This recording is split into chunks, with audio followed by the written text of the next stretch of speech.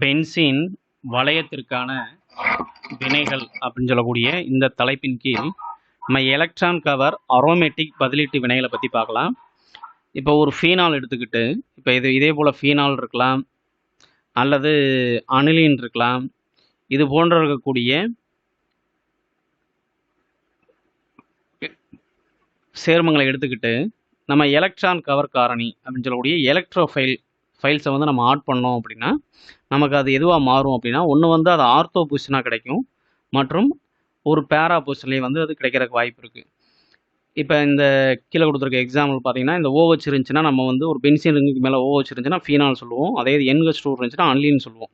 So இது போல் இருக்கக்கூடிய தொகுதிகள் பென்சீன் வளையத்தின் நேரடியாக இடம்பெற்றிருக்கும் போது அவைகள் பென்சீன் வளையத்தை கிளர் உறுத்துவதால் வரக்கூடிய எலக்ட்ரான் கவர் பொருட்கள் எந்தெந்த பொசிஷனில் தான் வரும் அப்படின்னா, ஒன்று அது ஆர்த்தோ பொசிஷனில் வரும், மற்றும் பேரா பொசிஷன் ஆகிய 2 இடங்களை மட்டுமே வந்து ஆக்கிரமித்துக் கொள்கின்றன. இதை பற்றிலாம் நம்ம ஏற்கனவே வந்து 11ஆம் வகுப்பில் படித்துள்ளோம் அப்படின்ட்டு சொல்லியிருக்கிறாங்க. இப்போ நம்ம அதுக்கு கீழே நம்ம இப்போ பார்க்கக்கூடிய முதல் எலக்ட்ரான் கவர் பதிலீட்டு வினை என்ன அப்படின்னா, நைட்ரசோ ஏற்றம் அப்படின்னு சொல்லக்கூடிய இந்த ஏற்றத்தை வந்து நம்ம பார்க்க இருக்கிறோம். இப்போ இந்த நைட்ரசோ ஏற்றம்ங்கிறது வந்து எப்படி நடக்கும் அப்படின்னு பார்க்கும்போது, குறைந்த வெப்பநிலையில் ஃபீனால் நைட்ரஸ் அமிலத்துடன், இந்த HNO2 அப்படின்னு சொல்லக்கூடிய நைட்ரஸ் அமிலத்துடன் எளிதாக என்ன நடக்குது அப்படின்னா நைட்ரசோ ஏற்றம் அப்படின்னு சொல்லக்கூடிய இந்த வினையானது வந்து நடக்குது. அப்போ இதுக்கு தேவையான இந்த நைட்ரஸ் அமிலம்ங்கிறது வந்து நமக்கு தேவை. பொதுவாகவே நைட்ரஸ் அமிலம்ங்கிறது வந்து பார்த்திங்கன்னா ஒரு அன்ஸ்டேபிள் காம்பவுண்ட், ஒரு நிலைப்புத்தன்மை இல்லாத ஒரு காம்பவுண்டு. அப்போ அதை வந்து நம்ம என்ன பண்ணணும் அப்படின்னா, சோடியம் நைட்ரைட்டையும் HClலையும் நீங்கள் ரியாக்ஷன் பண்ணீங்க அப்படின்னா நமக்கு என்ன கிடைக்கும், நைட்ரஸ் அமிலம் வந்து கிடைக்கும். இப்போ இந்த நைட்ரஸ் அமிலத்தை எடுத்துக்கிட்டு மேலும் நம்ம வந்து ஒரு HCl ஹைட்ரோக்ளோரிக் ஆசிட் போட்டிங்க அப்படின்னா இங்கே இருக்கக்கூடிய இந்த OH கூட இந்த ஹைட்ரஜன் வந்து புரோட்டனேற்றம் அடைஞ்சு நமக்கு என்ன கொடுத்துரும் அப்படின்னா இந்த H2O பாசிட்டிவாக மாறிடும். நெக்ஸ்ட்டு இந்த N டபுள் பாண்ட் ஓவாக கிடைக்கும். நெக்ஸ்ட்டு இங்கே இருக்கக்கூடிய இந்த நீர் மூலக்கூறானது டோட்டலாகவே வெளியில் போயிடும். அப்போ இந்த பாசிட்டிவ் சார்ஜ் எங்கே போயிடும் அப்படின்னா நைட்ரஜனுக்கு போயிடும். அப்போ நமக்கு என்ன கிடைக்குது அப்படின்னா நைட்ரசோனியம் அயான் அப்படின்னு சொல்லக்கூடிய இந்த நைட்ரசோனியம் அயான் கிடைக்குது.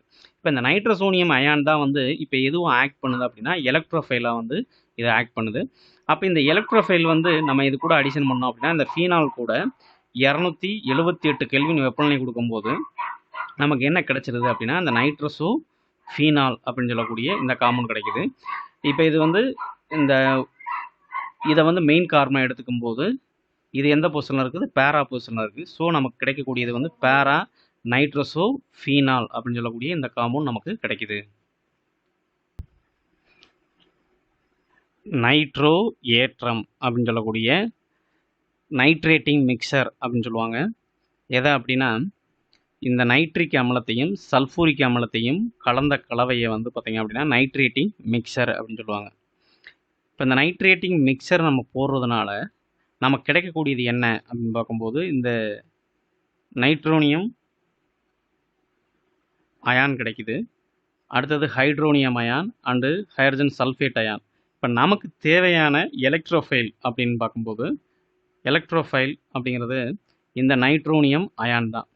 இப்போ அதில் பாருங்கள், இந்த ஃபீனால் அறை வெப்பநிலையில் ரூம் டெம்பரேச்சரில் 20% வந்து நைட்ரிக் அமிலத்துடன் வினைப்பட்டு நமக்கு எந்தெந்த பொசிஷனில் கொடுக்கலாம் அப்படின்னா ஆர்த்தோ மற்றும் பாரா நைட்ரோ ஃபீனால் கலவையினை வந்து இது தருகிறது. இப்போ அதற்கான ஈக்குவேஷன் பார்க்கலாம். இப்போ இந்த ஈக்குவேஷன் பாருங்கள்.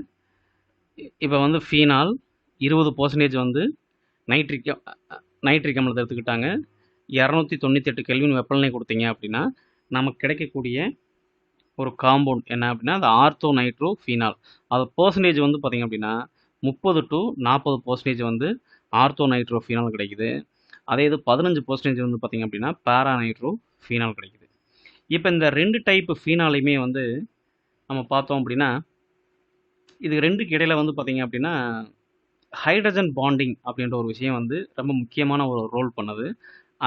அது என்ன ரோல் பண்ணுது அப்படிங்கிறத இப்போ நம்ம பார்க்கலாம். இப்போ பார்த்தீங்க அப்படின்னா இது வந்து ஆர்த்தோ நைட்ரோஃபீனால், இது வந்து பார்த்தீங்கன்னா பேரா நைட்ரோஃபீனால். இப்போ இந்த ஆர்த்தோ நைட்ரோஃபீனாலுக்கு உள்ள வந்து பார்த்தீங்க அப்படின்னா, இந்த இன்ட்ரா மாலிகுலர் ஹைட்ரஜன் பாண்டிங் அப்படின்ற ஒரு விஷயம் இருக்குது. அதாவது இது வந்து OHன்னு சொல்லக்கூடிய ஹைட்ராக்சில் தொகுதி, இது NO2ன்னு சொல்லக்கூடிய நைட்ரோ தொகுதி. இப்போ இந்த ரெண்டு இதில் இருக்கக்கூடிய ஆல்கால் இருக்கக்கூடிய அந்த ஹைட்ராக்சில் தொகுதியில் இருக்கக்கூடிய ஹைட்ரஜனுக்கும் இந்த நைட்ரோ குரூப்பில் இருக்கக்கூடிய இந்த ஆக்சிஜனுக்கு இடையில வந்து பார்த்தீங்க அப்படின்னா, இந்த ஒரு பிணைப்பு தான் என்ன பிணைப்பு அப்படிங்கிறோம் அப்படின்னா ஹைட்ரஜன் பாண்ட். அதே போல் இங்கே வந்து பார்த்தீங்க அப்படின்னா ஒரு மாலிகூல் வந்து பார்த்தீங்கன்னா மாற்றி காமிச்சிருக்கோம். இது வந்து பார்த்தீங்கன்னா இது ஒரு பேரா நைட்ரோஃபீனால், இது ஒரு பேரா நைட்ரோஃபீனால். அப்போ இந்த ரெண்டு பேரா நைட்ரோஃபீனாலுக்கு இடையில வந்து பார்த்தீங்க அப்படின்னா இங்கே இருக்கக்கூடிய ஹைட்ரஜனுக்கும் இங்கே இருக்கக்கூடிய ஆக்சிஜனுக்கு இடையில இந்த பாண்டு தான் என்ன பாண்டு அப்படின்னா ஹைட்ரஜன் பாண்டிங். அதே போல் இந்த ஆக்சிஜனுக்கும் இந்த ஹைட்ரஜனுக்கு இடையில இருக்கக்கூடிய இந்த பாண்டு தான் வந்து பார்த்தீங்க அப்படின்னா ஹைட்ரஜன் பாண்டு. இப்போ இந்த ஆர்த்தோ நைட்ரோஃபீனாலை பொறுத்தளவுக்கு பார்த்தீங்க அப்படின்னா இது மூலக்கூறினுள் நிகழும் ஹைட்ரஜன் பிணைப்புங்கிறதுனால இது வந்து நீரில் வந்து கரையக்கூடிய திறன் வந்து குறைவாக இருக்குது. மேலும் எளிதில் வந்து ஆவியாகக்கூடிய தன்மையை வந்து எது பெற்றிருக்குது அப்படின்னா இந்த ஆர்த்தோ நைட்ரோ ஃபீனாலானது பெற்றுள்ளது. அதே இது பார்த்தீங்கன்னா இந்த பேரா நைட்ரோ ஃபீனாலுங்கிறத பார்க்கும்போது இது மூலக்கூறுகளுக்கு இடைப்பட்ட ஹைட்ரஜன் பிணைப்பு காணப்படுவதால் நீரில் வந்து பார்த்தீங்க அப்படின்னா எளிதில் கரையும் தன்மையும் குறைந்த ஆவியாகும் தன்மையும் கொண்டவையாக இது உள்ளது அப்படிங்கிறாங்க. ஸோ இதுதான் வந்து ஆர்த்தோ நைட்ரோஃபீனாலுக்கும் பேரா நைட்ரோஃபீனாலுக்கும் உள்ள ஒரு வேறுபாடாக பார்க்கப்படுகிறது.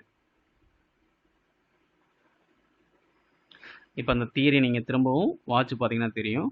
இப்போ ஆர்த்தோ மற்றும் பேரா மாற்றியங்கள் இதை ரெண்டாக பிரிக்கணும் அப்படின்னா எப்படி பிரிக்கலாம் அப்படிங்க பார்க்கும்போது நீராவியினால் காட்சி வடித்தல் மூலம் வந்து பிரித்தெடுக்கப்படுகிறது. இப்போ ஆர்த்தோ நைட்ரோஃபீனாலில் மூலக்கூறினுள் நிகழும் வினை, அதாவது இந்த ஹைட்ரஜனுக்கு இந்த ஆக்சிஜன் இடையில மூலக்கூறினுள் நிகழும் ஹைட்ரஜன் பிணைப்பு இருப்பதால் நீரில் கரையும் திறன் குறைவாகவும் அதே டயத்தில் எளிதில் ஆவியாகும் தன்மை எளிதில் வந்து ஆவியாகக்கூடிய தன்மையும் கொண்டதாகவும் உள்ளது. மாறாக பேரா நைட்ரோஃபீனால் பார்த்தீங்கன்னா இந்த ஹைட்ரஜனுக்கும் இந்த ஆக்சிஜன் இடையில பிணைப்பு இருக்க வாய்ப்பு இல்லை. இப்போ இதே போல் இன்னொரு மூலக்கூறு இருந்துச்சு அப்படின்னா அது கூட வந்து என்ன பண்ணணும்னா ஹைட்ரஜன் பாண்டிங் ஏற்படுத்தும். அதான் நம்ம படத்தில் பார்த்தோம். இந்த பேரா நைட்ரோஃபீனாலில் மூலக்கூறுகளுக்கு இடைப்பட்ட ஹைட்ரஜன் பிணைப்பு காணப்படுவதால் நீரில் எளிதில் கரையும் தன்மை மேலும் வந்து பார்த்தீங்க அப்படின்னா குறைந்த ஆவியாகும் தன்மையை வந்து கொண்டதாக இது காணப்படுகிறது. அடுத்து ஒரு முக்கியமான ஒரு கொஸ்டின் இருக்குது. அது என்ன அப்படின்னா அடர் நைட்ரிக் அமிலத்தையும் அடர் சல்ஃபூரிக் அமிலத்தையுடன் வந்து இந்த ஃபீனால் வந்து வினைப்பட்டுச்சு அப்படின்னா நைட்ரோ ஏற்றம் அடைந்து அது நமக்கு என்ன கிடைக்கும் அப்படின்னா பிக்ரிக் அமிலத்தை வந்து கொடுக்கும். அப்போ இங்கே நீங்கள் பார்த்தீங்கன்னா இது ஃபீனால் கூட அடர் சல்ஃபூரிக் ஆசிடையும் அடர் நைட்ரிக் ஆசிடையும் 298 கெல்வின் வெப்பநிலை கொடுத்தீங்க அப்படின்னா உங்களுக்கு என்ன கிடைக்குது அப்படின்னா இது வந்து ஒரு பிக்ரிக் ஆசிட்னு சொல்லுவாங்க. இதுக்கு இன்னொரு பேர் வந்து பார்த்தீங்கன்னா இப்போ நம்பரிங் பண்ணுறோம் அப்படின்னா இதுக்கு 1ன்னு கொடுப்போம். இது வந்து 2, 3, 4, 5 அடுத்து 6. அப்போ 2வது பொசிஷன்லையும் 4வது பொசிஷன்லையும் 6வது பொசிஷன்லையும் இந்த 3 பொசிஷன்லையுமே வந்து பார்த்தீங்க அப்படின்னா NO2 தொகுதி இருக்கிறதுனால 2,4,6 ட்ரை நைட்ரோ இதெல்லாம் நீங்கள் எடுத்துகிட்டு பார்த்தீங்கன்னா பேலன்ஸ் இருக்கக்கூடியது ஒன்லி ஃபீனால் மட்டும்தான் இருக்குது. அப்போ ட்ரை நைட்ரோ ஃபீனால் இதுக்கு இன்னொரு பேர் தான் வந்து பிக்ரிக் அமிலம்ங்கிறது. இதில் பொதுவாக நீங்கள் தெரிஞ்சுக்க வேண்டிய இன்னொரு விஷயம் என்ன அப்படின்னா பொதுவாகவே அமிலம் அப்படின்னாலே வந்து என்னவாக இருக்கும் அப்படின்னா COOH தொகுதி இருந்தால் தான் நம்ம வந்து அமிலம் ஆசிட் அப்படின்னு நம்ம சொல்லுவோம். ஆனால் இப்போ இந்த காம்பவுண்டை பொறுத்தளவுக்கு பார்த்தீங்கன்னா அந்த COOH தொகுதிக்கு இல்லை. பட் இருந்தாலும் இதை நம்ம என்ன சொல்லிக்கிட்டு இருக்கோம் அப்படின்னா பிக்ரிக் அமிலம்னு சொல்லக்கூடிய மிக முக்கியமான ஒரு அடிக்கடி கேட்கக்கூடிய கொஷின் தான் இந்த ஒரு கொஷின். இதை கவனமாக நீங்கள் படிச்சுக்கணும்.